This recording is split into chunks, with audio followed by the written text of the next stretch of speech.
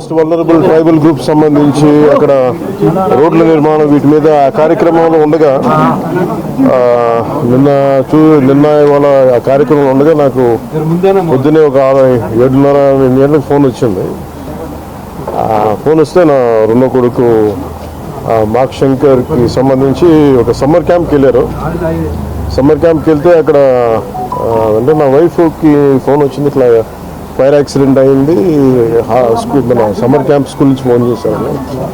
వెళ్ళి చూస్తే చాలా నేనేదో చిన్నపాటి అగ్ని ప్రమాదం అనుకున్నాను, కానీ ఈ స్థాయిలో ఉంటుందని నాకు తెలియలేదు. వెంటనే నేను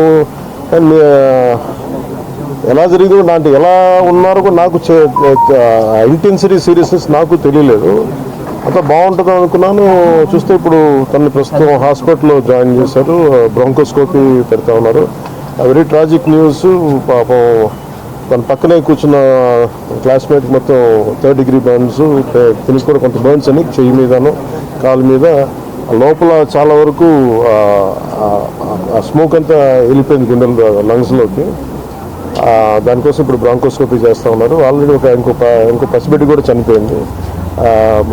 చాలా బాధ అనిపించింది. దాదాపు 30 మంది పిల్లలు ఈ సమ్మర్ క్యాంపు సంబంధించిన దురదృష్టకరమైన సంఘటన. So quiet an unfortunate incident.